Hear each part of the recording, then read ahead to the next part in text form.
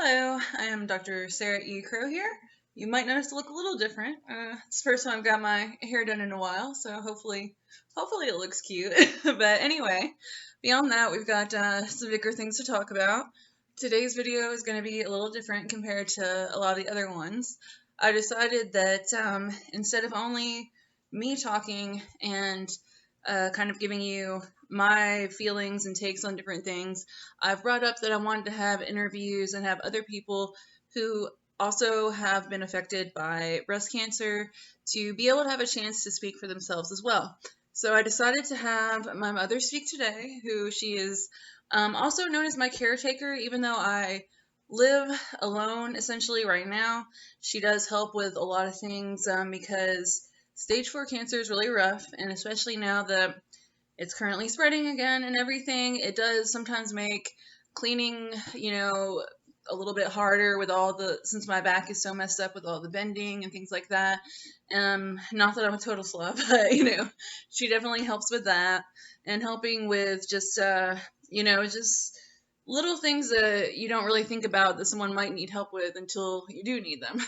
And eventually, as I've mentioned before, whenever things get too hard for me to take care of myself, she is going to really be as what people would consider a caretaker, because I don't know, I feel bad even, I don't know, thinking about it, but will be kind of the one that's taking care of me whenever I can't take care of myself. And that's a very rough thing for me to think about and for her. And I just want I want people to have the chance to hear things from her perspective instead of just solely from mine. So today I'm just gonna basically give the floor to my mom for a couple minutes here and let her speak about things that she's learned along this cancer journey. She wanted to talk a little bit today about the differences between the first time that I was diagnosed with cancer, which was at stage 2, and then whenever I was diagnosed with cancer at stage 4, this time more recently, which the first time I was 29, and we thought everything was going to be fine, and just a mere 2.5 years or so later, I have stage 4. And so she wants to talk a little bit about what that was like from the perspective of someone who is a mother and also a caretaker and who has been heavily affected by this. If anything else, the only person who's been affected by this probably nearly as much as me is my mother. So I just wanted to give the floor to her for a little bit, and she's just gonna express how she feels about these things and what was things from her point of view instead of just solely from mine or what I see from other patients with cancer. So be nice to my mom if anyone leaves any comments, because she's awesome. But I'm leaving it to her, and I'm gonna just trust her that this is gonna be good. I see her coming up here and like, oh no. Anyway, I'm gonna go ahead and give the floor to my mother, Annette, and here we go. Hi, I'm Annette. I'm Sarah's mother, and I'm going to talk a little bit today about my journey, my experience going through this journey with Sarah. Thinking back on when she was 29 and first diagnosed with cancer, it was just a shock. I remember getting the call, and she was worried about something, and I said, you better check it out, but you're awfully young for it to be anything serious, And when she came back and told me she had stage 2 breast cancer, it was just horrible. And I know I drove out to where she was in Wyoming, and we cried about it and talked, and we thought, well, we're going to beat this. They got it early. We're going to beat it. You don't really think much about breast cancer until it really hits you. You see all of the happy people going on cancer walks, and everybody's cured and everything's fine. And so I don't think we were really super worried at that point. It was just quite a shock. And then just going through the experiments was just so weird that you don't really know what you're going through. You don't really understand what's going on. They just kind of move you through the motions. You get your biopsy, you get your mastectomy, you go through chemo, and then you cured. And so I thought, well, great. It was a celebration. Everything was great. Um, During the experience, it was kind of strange, just that when we would go to our chemo treatments, um, volunteers would like approach me like I was the one with cancer, and they were all so, oh, so kind and nice. And then I said, I don't have cancer, my daughter does. And they were just like, and they didn't know what to say. And I remember one woman just not saying anything but walking away. And I thought, I didn't understand. Why didn't she go to my daughter and comfort her? And, it was just a very, very odd experience. And I guess now that we've been through this journey longer, just realizing that this is just such a new thing for young women, even though it's becoming more and more um, young women diagnosed with breast cancer. So, well, anyway, we thought she beat it. Everything was great. She was continuing with her education. I was so proud of her getting her master's and then PhD. And then she was living away from home again, and I got a call, and I'm really going to cry, just said she had stage 4 breast cancer. And I just kept thinking, oh my gosh, because you think stage 4, but anything you think, a few weeks to live, death. And it was extremely serious. But the way it was told to her and the way, she understood it, it was just horrible. I don't know, there should be a different way of doctors explaining this to people. So we went and saw her in the hospital where she was, and trying to get appointments for her to be seen. I mean, it's just so many people you have to call and talk to, and you don't know what you're doing. And thank goodness in Lexington, Market Cancer, there was a wonderful social worker who helped walk us through the things, what to do, and how to get started. And that is so important for a caregiver, a person dealing with breast cancer, is to find a good social worker involved in oncology. And they're not always easy to find. So you may get a good social worker, you may not get a good social worker. Just, hopefully you just keep going till you find someone that'll help you and spell things out for you and walk you through it. And it is just the biggest shock of not understanding. We don't remember ever being told when she was first diagnosed that, they told you a little bit, it could come back, but usually if you've made 5 years without it coming back, then you're fine, and this was going on 3 years. And so it was just a huge, huge shock for us. And then we didn't know anything about it. And trying to understand it and trying to help Sarah deal with something that I had no idea how to deal with.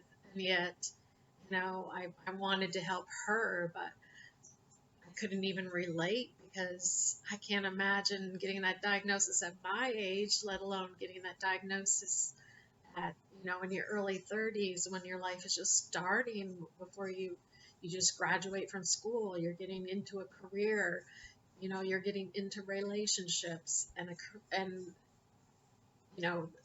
what do you say? What do you do? It's devastating. And everywhere I'd look for counsel on that, there really wasn't much help. And everything was geared toward older women that had their families, had their careers, that, is just, let's just be joyful, about everything. And I'm thinking, how can you do that when this hits you in the prime of your life? You haven't had the life experiences that older people have had and are now dealing with it. So it was just a lot of confusion, and there wasn't a lot of information. I think recently now maybe there are some more websites, but I don't find as much dealing with a younger person still, or the practical things on how about dealing with income and careers and things. to help that age group. The most important thing I think I've learned through going through all this and continuing to go through this with Sarah is that when you're not going through it personally. I don't have the breast cancer. It's very hard to understand what the other person's going through. It's hard to understand, since I've had the milestones in my life met. It's hard to help someone who hasn't, who is just starting to do those things, and then it's like it's wiped away from them. And also getting the medical community to treat you like a human person and not just a number, or where you have so many questions, but yet they don't like to be questioned. And it's not like you're questioning them. It's you're questioning the process. You're questioning the disease. You're questioning the treatments because you want to know this is happening to you personally. This is, and you need to know what's going to happen, or what is available, or what can be done to help your quality of life in the time of your life. It's the prime of your life, and you want to live and experience life milestones. So I suppose as a mother, what's most difficult is you feel your child's pain, but yet you can't cure it.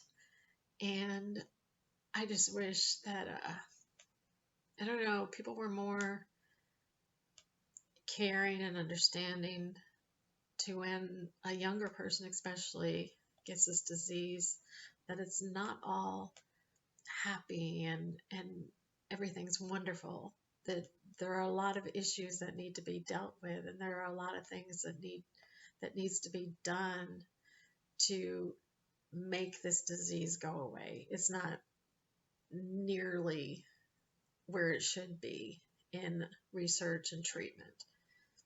And that's just my wish that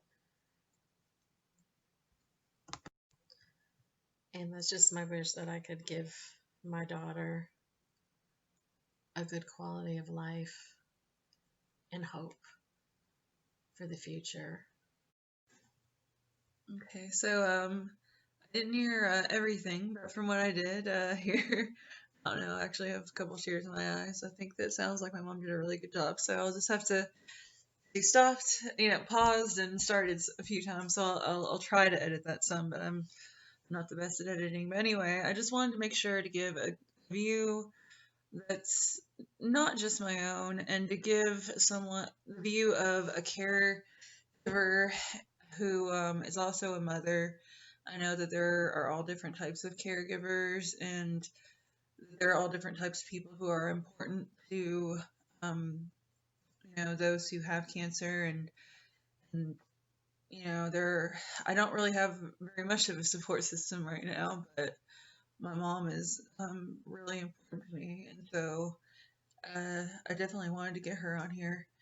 And really, it sounds like she did a really good job of saying what needed to be said. So I'll try to get another video up here soon that deals more with,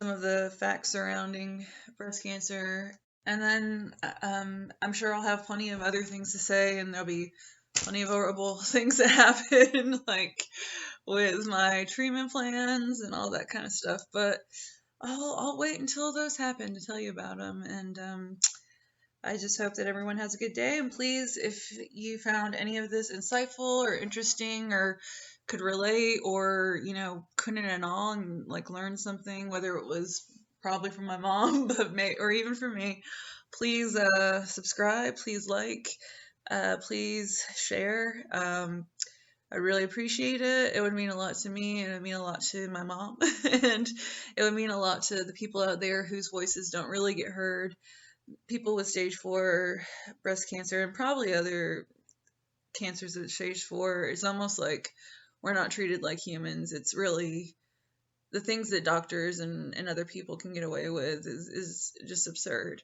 And so I really want to give a different side to the whole breast cancer experience because it's not all happy and it's not all, it's not all about, oh, it ends up being okay for everyone except for really old people. No, young women, it's going up extensively and we don't always survive.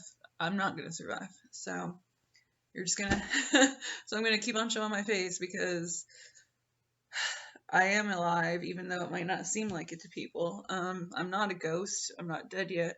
I'm still here. And even though it's gonna be hard at times, I'm gonna push through and try to make more videos and try to be more excited about the life that I do have left because I have been kind of at a loss for hope lately, but I'm trying not to be. So thank you once again. Like, subscribe, and any comments are great. If you want to comment how great my hair looks, that's great too. No. Anyway, everybody have a good day.